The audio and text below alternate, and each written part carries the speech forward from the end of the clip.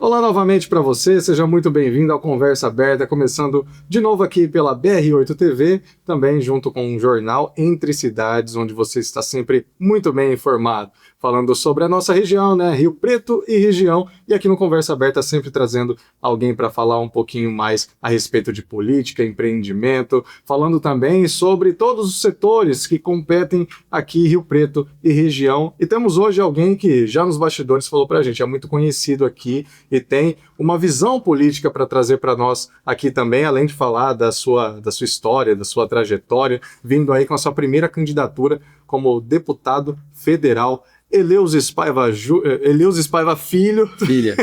É conhecido como Eleuzinho, acho que é por isso que eu errei, porque é conhecido como Eleuzinho, seja muito bem-vindo. Obrigado, Lua. Prazer estar aqui. Sabe uma história engraçada, né?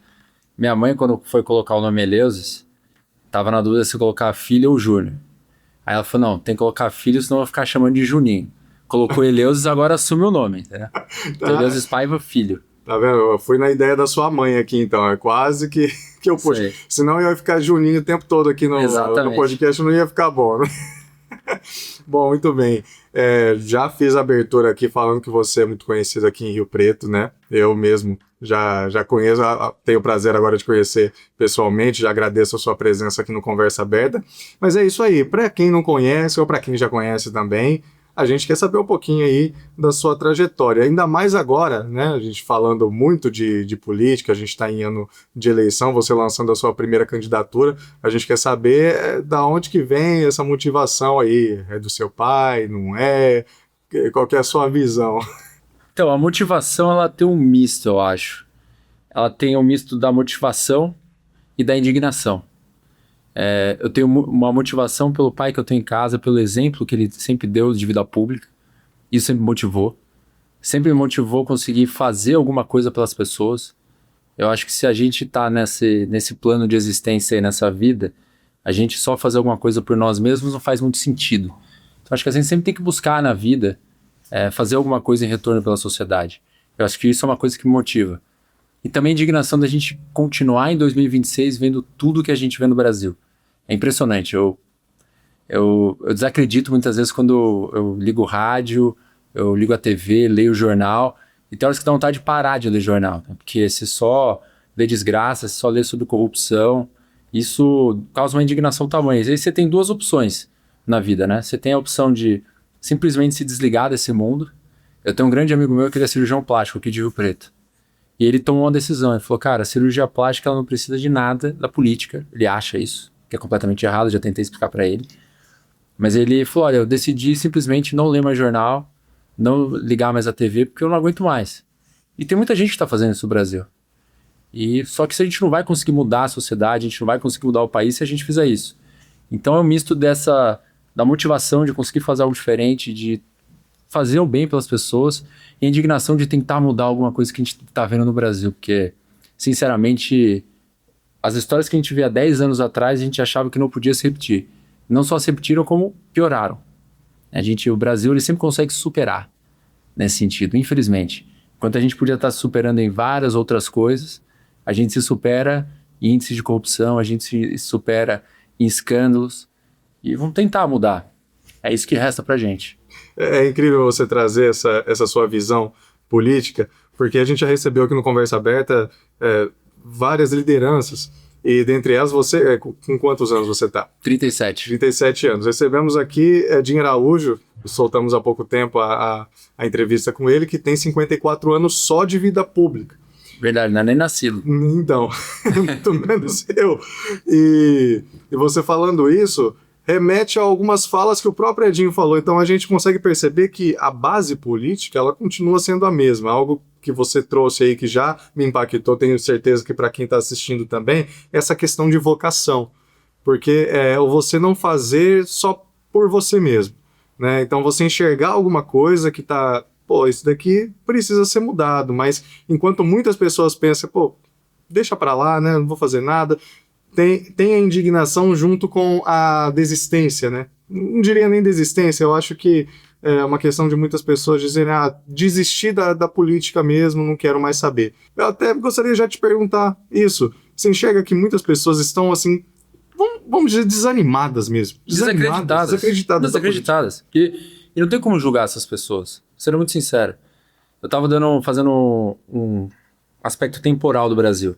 Se for pegar na década de 90, você teve o escândalo do Banestado. Aí depois você teve os anões do orçamento. Aí em 2004, 2005, você teve o mensalão. Se você pegar várias figuras do mensalão, são as mesmas figuras que estão ainda no Congresso Nacional. Aí depois você vai para 2014, 15, 16, você entra na Lava Jato. Aí depois da Lava Jato, aí você entra no escândalo dos aposentados. Aí perderam o pudor, né? A gente achava que pelo menos os velhinhos o pessoal ia poupar, nem isso. Não. Saquearam os velhinhos, assim, sem dó nem piedade. Aí depois, na sequência, ainda você tem o Banco Master, que é o maior escândalo financeiro do país, assim, com uma larga margem pro segundo. O Banestado, que eu tinha falado na década de 90, foi 1/10 do que foi o Banco Master. Aí você pergunta, por que o brasileiro teria o porquê acreditar, né? Mas a gente tem que acreditar. Quando eu decidi ser candidato, eu chamei 10 amigos para conversar em casa, os mais próximos. Aí eu falei que ia ser candidato. Dos 10, 9 queriam me internar. Falaram, cara, você tá louco, você vai para um meio muito pesado. Eu falei, gente, mas a gente reclama todos os dias. A gente reclama que as coisas estão caras. A gente reclama que a gente não tem segurança. A gente reclama que a gente ainda tem a educação pública é péssima.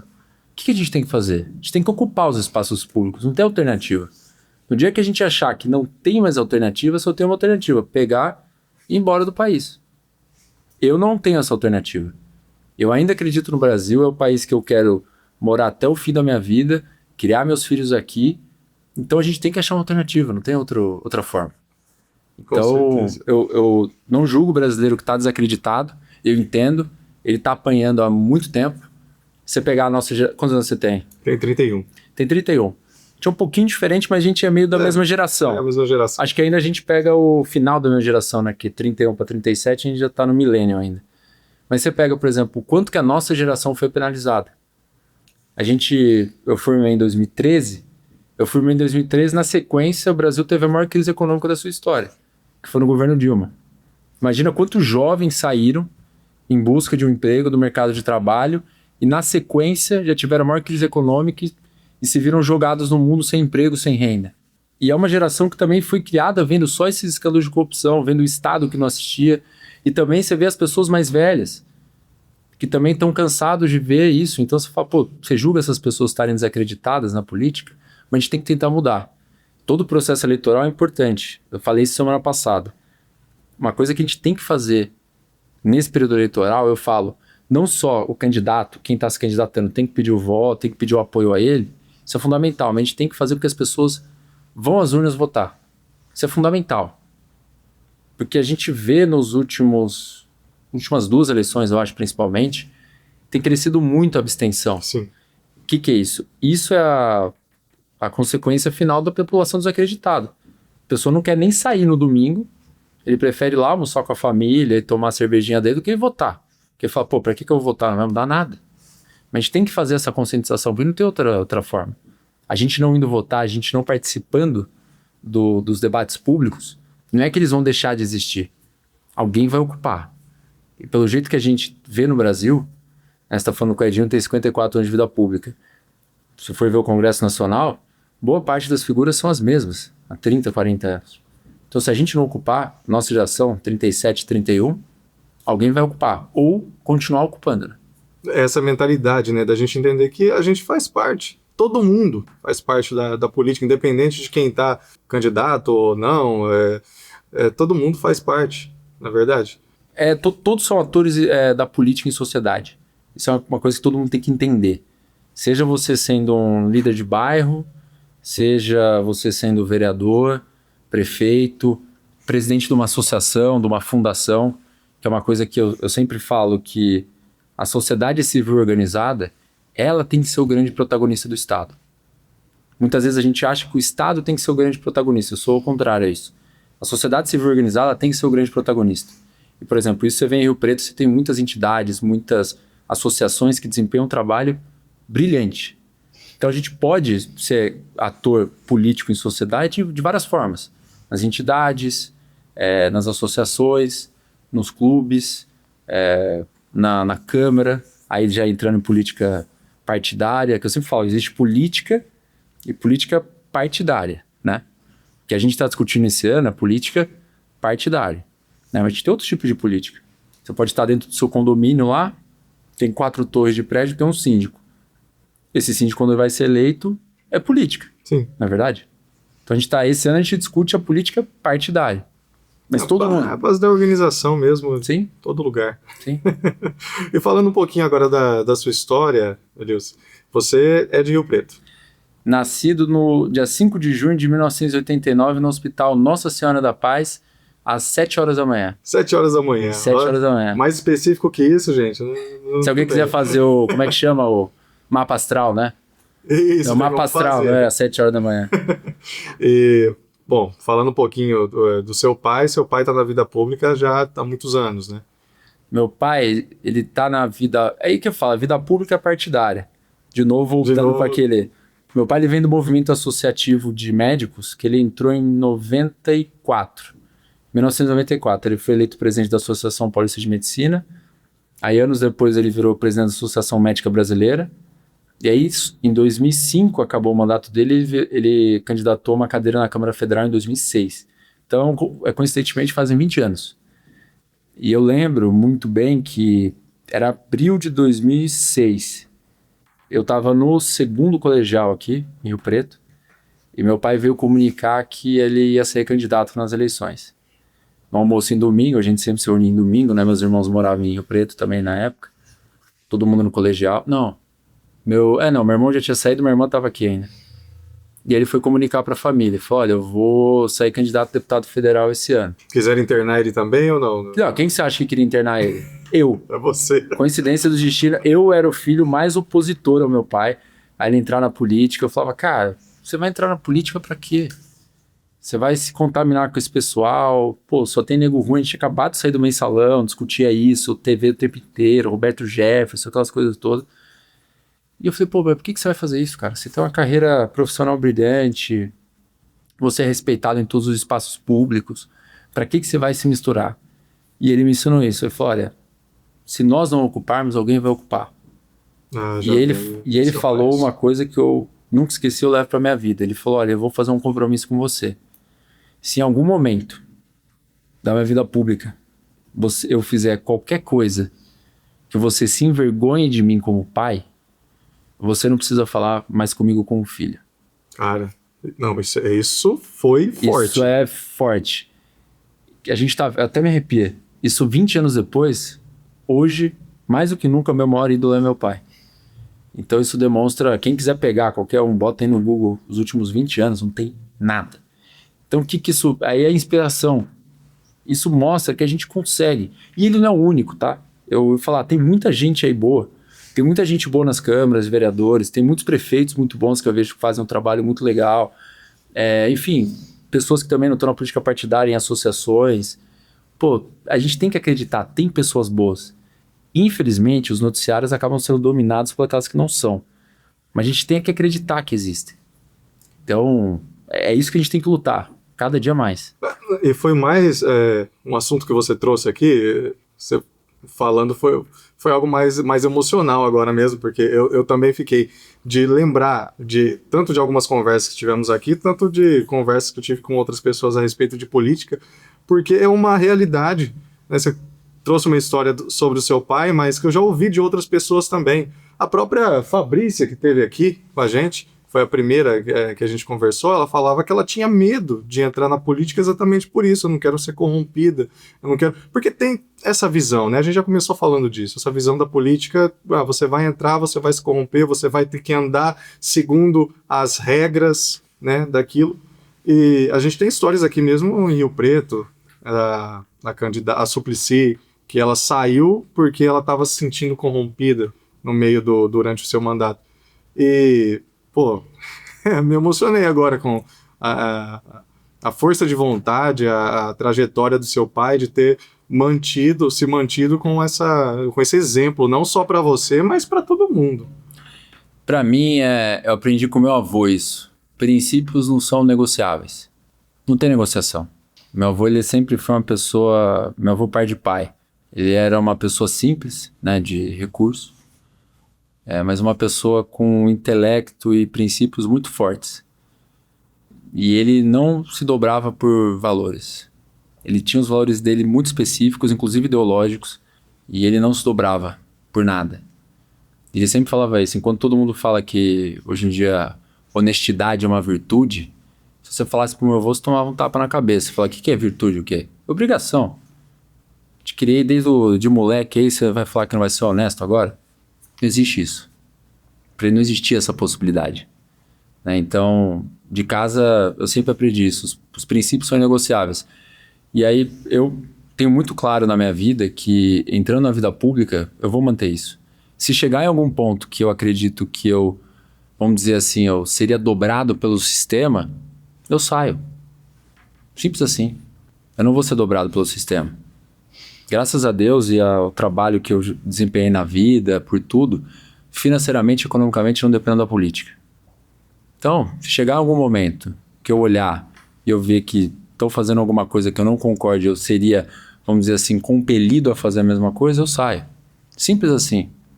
O poder não me distorce a visão, não faz nada, eu sou muito sóbrio em relação a isso. Então, se tiver algum momento, eu cumpro o meu papel.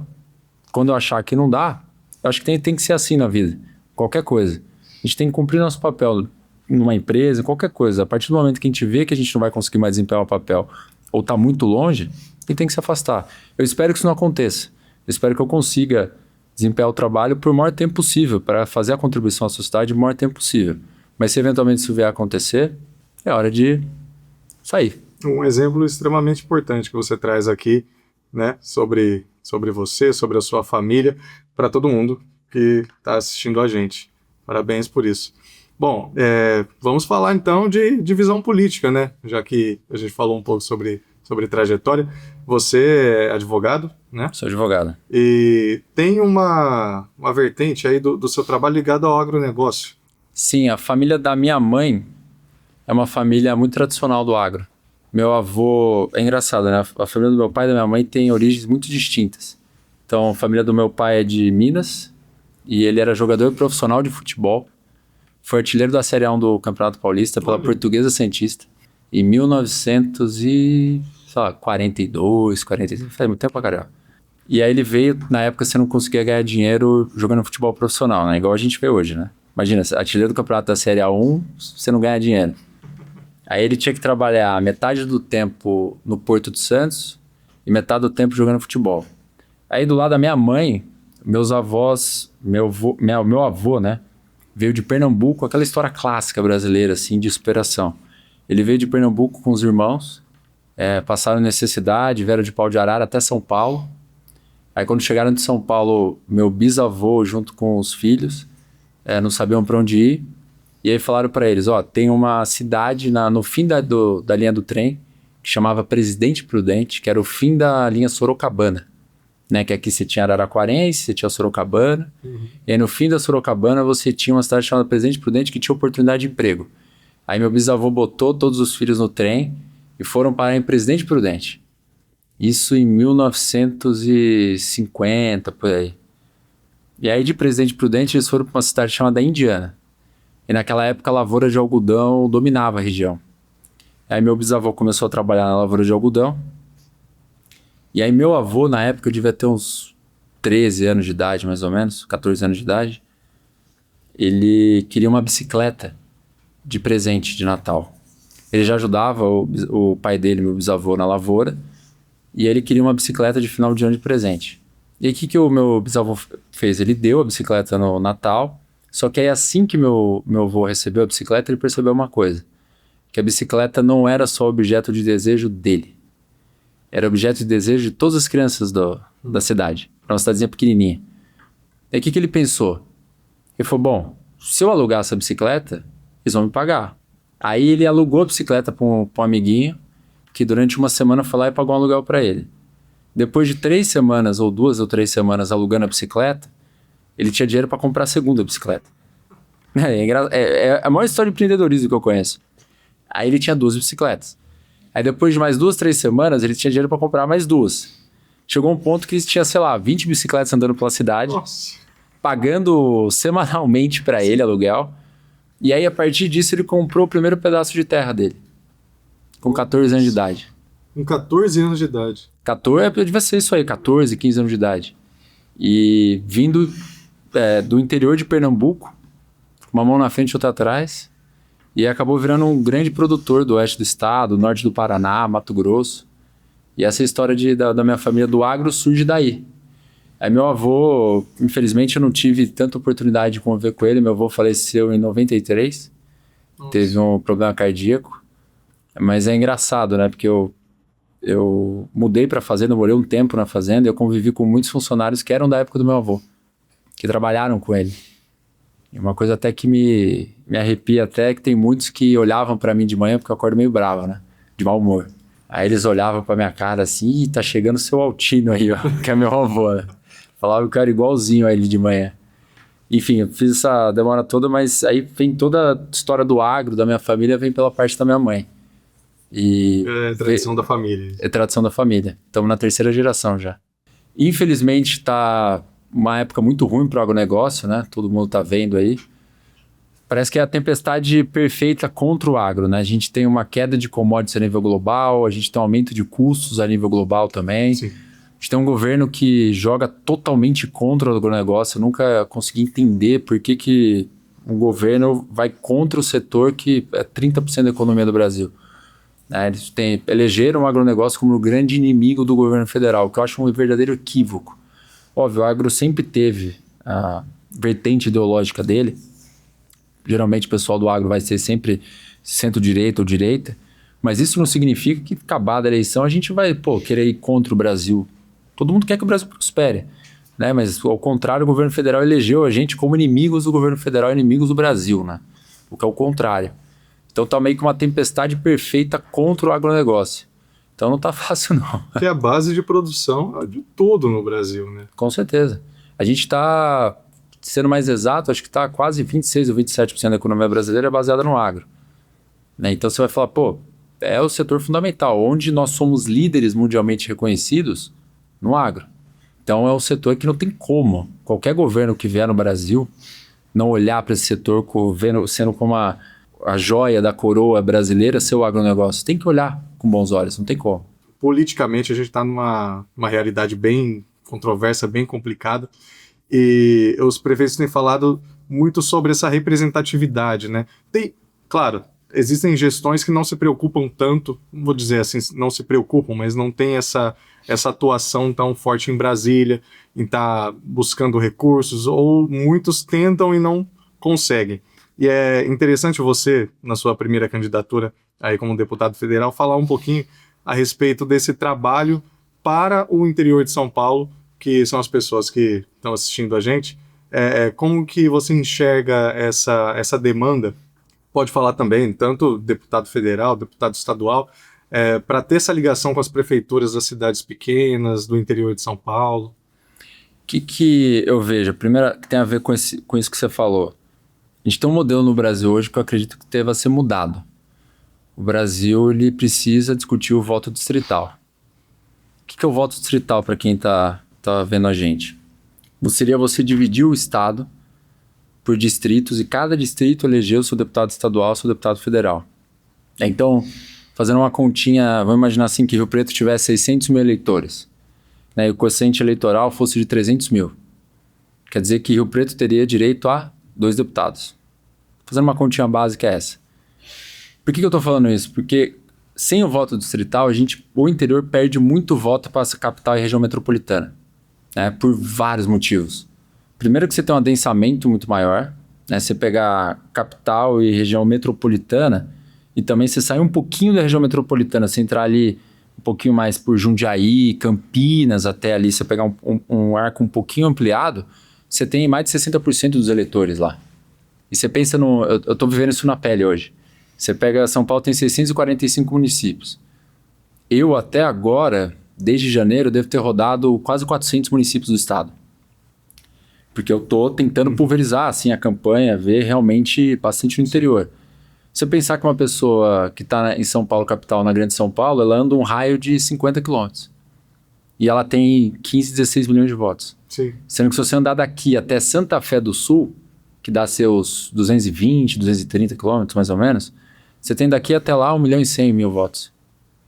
A diferença é muito grande. Então você vai e volta para fazer uma agenda, você anda 450 quilômetros. A pessoa na São Paulo, a grande São Paulo, você tem 50 quilômetros de raio, você tem 15 milhões de votos. Então é uma diferença muito grande. E o que acaba ocasionando? O interior acaba perdendo muito representante, né? Você pega, por exemplo, Rio Preto, ainda Rio Preto tem deputado estadual, tem deputado federal da região. Mas se você pegar, por exemplo, Araçatuba, não tem deputado. Bauru, não tem deputado. Lins, não tem deputado. A gente falou de Prudente também. Prudente tem um deputado estadual. Toda a região. Então, você pegar todo o interior, ele acaba sendo muito penalizado por isso. Então, eu não tenho dúvida que o deputado estadual como federal, eu acredito que com algumas particularidades em relação um ao outro, ele tem que ter um diálogo muito próximo das prefeituras, dos vereadores, das gestões municipais para conseguir trazer a política pública efetiva na ponta. Só que eu tenho uma visão um pouco distinta do que está acontecendo hoje. Muitas pessoas hoje estão encarando o mandato parlamentar como deputado estadual ou federal como um mero despachante de emenda parlamentar. Isso é uma coisa que eu sou contra. Para mim, a gente tem que entender que a função principal do deputado é fazer política pública de qualidade, é legislar. A função secundária do deputado é ser executor do orçamento, né? Enviar emenda parlamentar. Porque a gente vê muito deputado hoje que você vê a atuação legislativa dele mesmo, fazendo lei, que é o que ele deveria fazer, em 4 anos ele não fez nada. Só que o que ele fez em 4 anos só enviou o recurso. Então o que eu acredito? Você tem que dar a mão para os gestores para fazer política pública de qualidade e ver o que os municípios realmente precisam. Porque você pega um exemplo, como tem que mudar um pouco o sistema. Se você for pegar um município, vamos dar aqui da região de Rio Preto, Mira Estrela, por exemplo, que vai ter aproximadamente seus 3 mil habitantes. Se você tiver uma grande obra de infraestrutura lá a ser feita, que você precise de 5, 6, 7, 10 milhões de reais para fazer, se você fizer a conta, regra de 3 por emenda parlamentar, nenhum parlamentar vai dar. E significa que o cidadão dali não precisa, não necessita ter aquilo? Precisa. Como que você tem que fazer isso? Fazendo articulação, vendo como é que você consegue executar uma política pública para essa população ser assistida. Porque no modelo que está hoje, os prefeitos eles só servem os deputados em troca de emenda. É o contrário. O deputado tem que servir o prefeito. A gente tem que inverter a ordem dos valores, né? A gente vê o contrário. A gente vê prefeito passando o chapéu em Brasília, passando o chapéu na Lesp, implorando por recurso. Não pode. Tem que ser o contrário. O deputado tem que bater na porta do prefeito. Olha, o que eu posso fazer por você? O que eu posso fazer pela região? Independente de ter recurso ou não. Você está precisando de um anel viário, você está precisando de um recap. Vamos lá na Secretaria de Transportes, vamos no Ministério dos Transportes. O parlamentar tem que voltar a fazer aquela atividade que ele fazia lá atrás. Vou te dar um exemplo para mim que é muito sintomático disso. 2007, quando meu pai assumiu pela primeira vez na Câmara dos Deputados, o deputado federal tinha 2 milhões de reais de emenda. 2 milhões. Quanto você acha que tem hoje? O que você faz com 2 milhões? Quanto que tem hoje? 50 por ano. Então você tinha 2 milhões de reais, hoje você tem 50. Então, e na época assim, os 2 milhões ainda não eram de execução obrigatória. Você tinha que batalhar para a emenda sair. O que acontecia? Você focava naquilo que era importante, fazer política pública, fazer uma lei que era importante para a população. Inclusive eu peço para as pessoas que estiverem assistindo a gente, você vai olhar um deputado que está em exercício, verifique a produção legislativa dele. Tem gente que está lá 8, 12, 16 anos, a pessoa não aprovou um projeto de lei significativo para a sociedade. Nenhum. Ele aprovou o dia do profissão tal, o dia da profissão tal, o dia do padroeiro Y, o dia daquilo, mas de política pública estruturante para o Estado, que realmente beneficiasse a população, não fez nada. Prioridades, né? Prioridade, não fez nada. Então eu peço isso até para as pessoas, vocês vão olhar os deputados que estão em exercício, chequem os projetos de lei que eles conseguiram aprovar ao longo do seu mandato. Alguma política que, isso aqui mudou a vida de alguém. Você até já começou a responder, que era a pergunta que eu ia fazer. Que além da sua visão como futuro deputado, que é o que você imagina, também o que você pensa da visão que você já comentou também, que é essa sociedade civil organizada. os próprios eleitores, que eles precisam ter para votar com consciência, o que eles precisam enxergar numa visão política de futuro para melhorar toda essa situação que a gente comentou aqui. Primeira coisa, eles precisam enxergar que se eles não votarem, eles não conseguem mudar absolutamente nada do que está aí.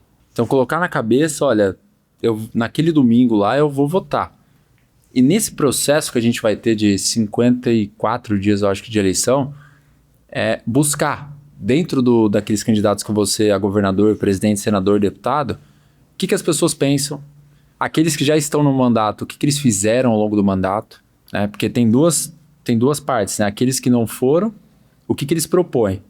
Aqueles que já estão, o que eles fizeram e o que eles propõem para o futuro. E ver se o que eles propõem para o futuro eles já não prometeram no passado.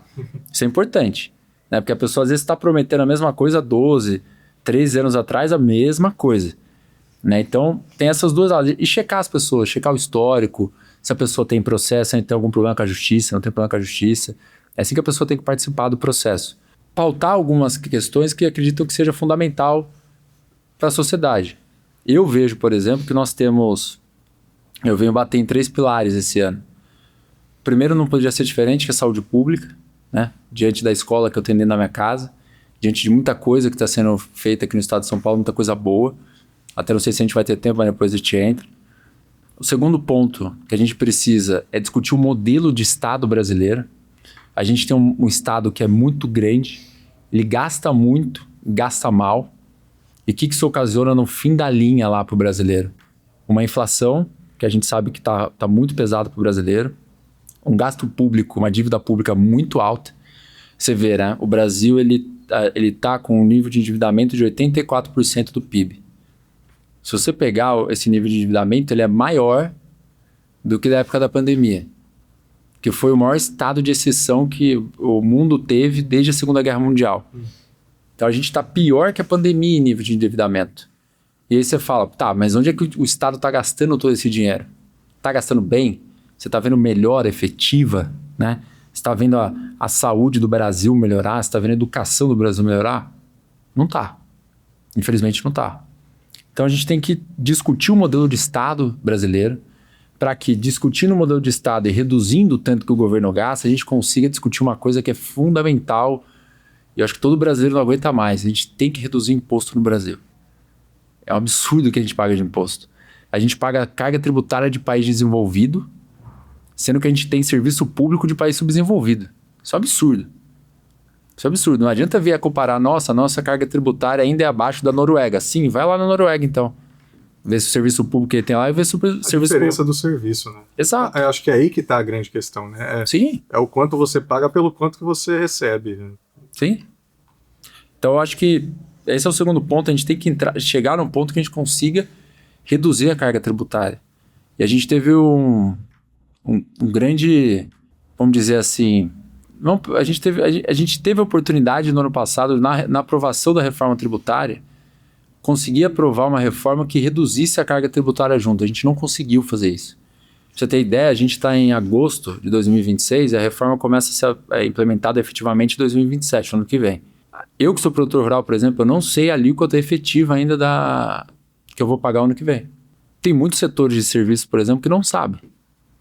Eu não sei, por exemplo, o setor de comunicação aqui, eu não sei se vocês sabem já na última linha quando vocês vão pagar de imposto. Não, esse cálculo é feito, mas ele é passado nos finalmente, né? Não, é aproximado, ninguém tem muitas resoluções e ainda complementações à reforma tributária que tem que ser aprovadas pelo Congresso para ter a ideia exata de qual alíquota vai ser aplicada. E mesmo assim, a gente não sabendo exatamente na última linha qual que é a alíquota que a gente vai aplicar, a gente já tem uma certeza. O imposto de valor agregado do Brasil, que é o que a reforma tributária escolheu como forma de tributação, o imposto de valor agregado do Brasil já sai de largada como o mais alto do mundo. De largada. A gente nem começou e o nosso IVA já é o mais caro. Pessoal, isso é revoltante. Né? Então, assim, eu tô aqui para debater exatamente isso. Como é que a gente consegue reduzir esse Estado, reduzir a carga tributária do brasileiro, reduzir a carga tributária principalmente para aquele mais pobre. Isso é o principal. Como é que a gente vai reduzir isso? Tem solução. Tem solução. A gente tem que reduzir o custo da máquina pública no Brasil. tem muita coisa. Acho que a gente podia estender muito, mas se me der eu dou um exemplo muito rápido aqui para eu falar uma das questões que eu acredito que sejam disfuncionais no Estado brasileiro. Te dar um exemplo. A Zona Franca de Manaus, que é uma discussão antiga do Brasil. A Zona Franca de Manaus ela foi criada na década de 60 pelo governo militar com a justificativa de fomentar o crescimento daquela região. Já é meio complicado já você achar que você coloca uma zona industrial no meio da mata para proteger a mata. Mas tudo bem, isso é na década de 60. E aí você criou todo um programa, um sistema de incentivos fiscais naquela região. Só que a Zona Franca de Manaus ela está a 4.000 quilômetros distante do mercado consumidor principal, que é a região sudeste. Vou te contar o que acontece. Você pega, por exemplo, uma fabricante de moto. Vou citar um nome. E na Zona Franca de Manaus, o que acontece? Ela virou uma grande montadora de peça. Então não é que ela faz o copo bonitinho desde o primeiro processo até o último. Ela simplesmente pega essa parte do copo aqui, que é a base, e junta com a outra e ela já é considerada Zona Franca de Manaus. Então o que acontece, por exemplo, nesse caso da moto? As partes da moto, então, por exemplo, você pega a embreagem, o disco de freio, o aro da roda, tudo é fabricado na região metropolitana de Campinas. Aí essas peças saem, elas vão até o Porto de Santos, e aí por processo de cabotagem, que é o transporte marítimo interno, elas saem do Porto de Santos e vão até a entrada do Rio Amazonas. Elas entram pelo Rio Amazonas, entram no Porto de Manaus, desembarcam, aí eu não sei se você consegue visualizar isso, tanto que é. Aí eles desembarcam, aí ao desembarcar as peças vão para a fábrica lá de Manaus, elas são montadas, aí a moto entra no container de volta, sobe a foz do Rio Amazonas, pega o mesmo processo de cabotagem, desce 4.000 quilômetros para entrar no Porto de Santos, para ser vendida aonde? São Paulo e região metropolitana de Campinas. Para que isso? Tem mais de 30 bilhões de incentivos fiscais para isso ocorrer. 30 bi. Assim, eu tô falando a primeira, a gente pode ficar aqui uma tarde inteira falando de vários desperdícios de dinheiro que a gente tem no Brasil. Mas esse é um dos. De largada é 30 bi. Tem estudos que falam que é 50, 60 e tal, mas vamos fazer uma visão conservadora. 30 bi só aí. Entendeu? E qual a ineficiência econômica disso? Isso eu não tô colocando que... Isso é só de incentivo fiscal, tá? Eu não tô colocando o gasto que você tem de transporte, ineficiência logística. Não, esse cálculo nem tá aí. Não tá aí. Não tá aí. Só de incentivo fiscal. Aí você vai falar, não tem como reduzir a máquina pública brasileira? Claro que tem. E detalhe, tem como reduzir a máquina pública sem reduzir benefício social. Isso é importante falar. Porque senão todo mundo fala, vem uma pessoa de direita que quer já reduzir e acabar com os programas sociais. Não. A gente tem que ter o olhar para o Brasil que metade da população brasileira vive com salário mínimo ou menos. Ponto. A gente tem que ter essa ideia. Nós somos um país pobre. A gente tem que ter essa ideia.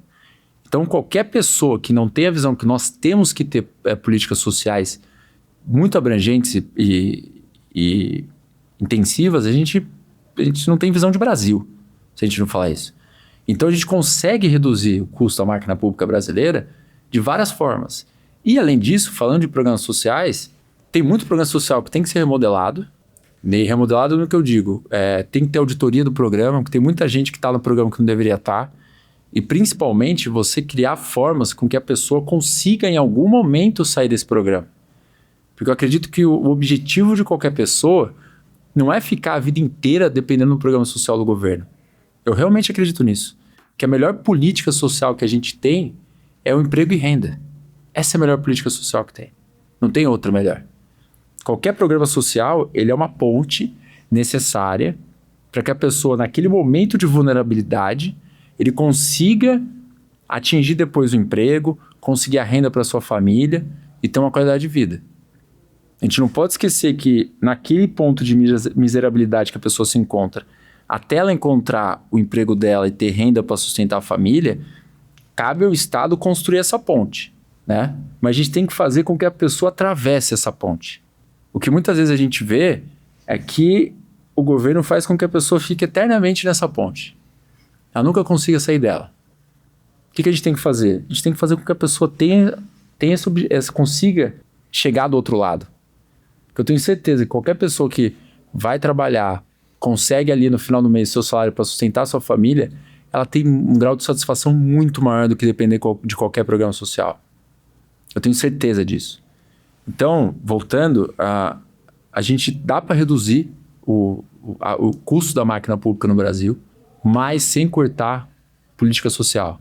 Porque se a gente cortar a política social, a gente não tem a visão do Brasil que a gente vive. E a gente precisa entender o Brasil que a gente vive.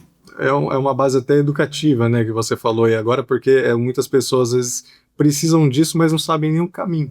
E é aí que a gestão tá, né? Eu acho que tá todo mundo assim, ó. Eu falo demais até. Não, eu falo porque você trouxe uma base de dados, de informações aqui, com certeza esclareceu muita coisa para todo mundo, que eu achei demais. Infelizmente, o nosso tempo vai passando, a gente comentou de saúde pública, então já fica o convite, tenho certeza que todo mundo quer que você volte. Por favor, volte para falar mais com a gente. Tenho certeza que tem bastante coisa aí para você falar, além de saúde pública também, que a gente quer te ouvir mais durante esse período aí, viu? Não, vai ser um prazer. Então, por aí, nos próximos 54 dias, a agenda vai ser bem corrida. Não vai ter sábado, não vai ter domingo. Eu tô falando até pra minha equipe, você tá dando risada, né? Não vai dormir. Tá achando que vai dormir? Ó, já tá vendo a cara de sono dele, ó, já tá reclamando. Tá com sono. Já tá uns 5 dias sem dormir, entendeu? Eles falam, Leus, você não come, você não dorme. Mas vamos lá. Até o dia 4 de outubro vai ser assim. Agora é muito trabalho, né? Sim. É buscar solução, que é o nosso papo aqui, né? Isso aí. Obrigado, viu? Obrigado pela oportunidade. Obrigado você por ter vindo aqui. É uma honra pra gente receber e eu fico com o convite mais uma vez. Até a próxima. Você voltar. Com certeza. A próxima. Valeu. Obrigado a você também que acompanhou mais um Conversa Aberta aqui pela BR8 TV e Jornal Entre Cidades. Te aguardo também no próximo episódio.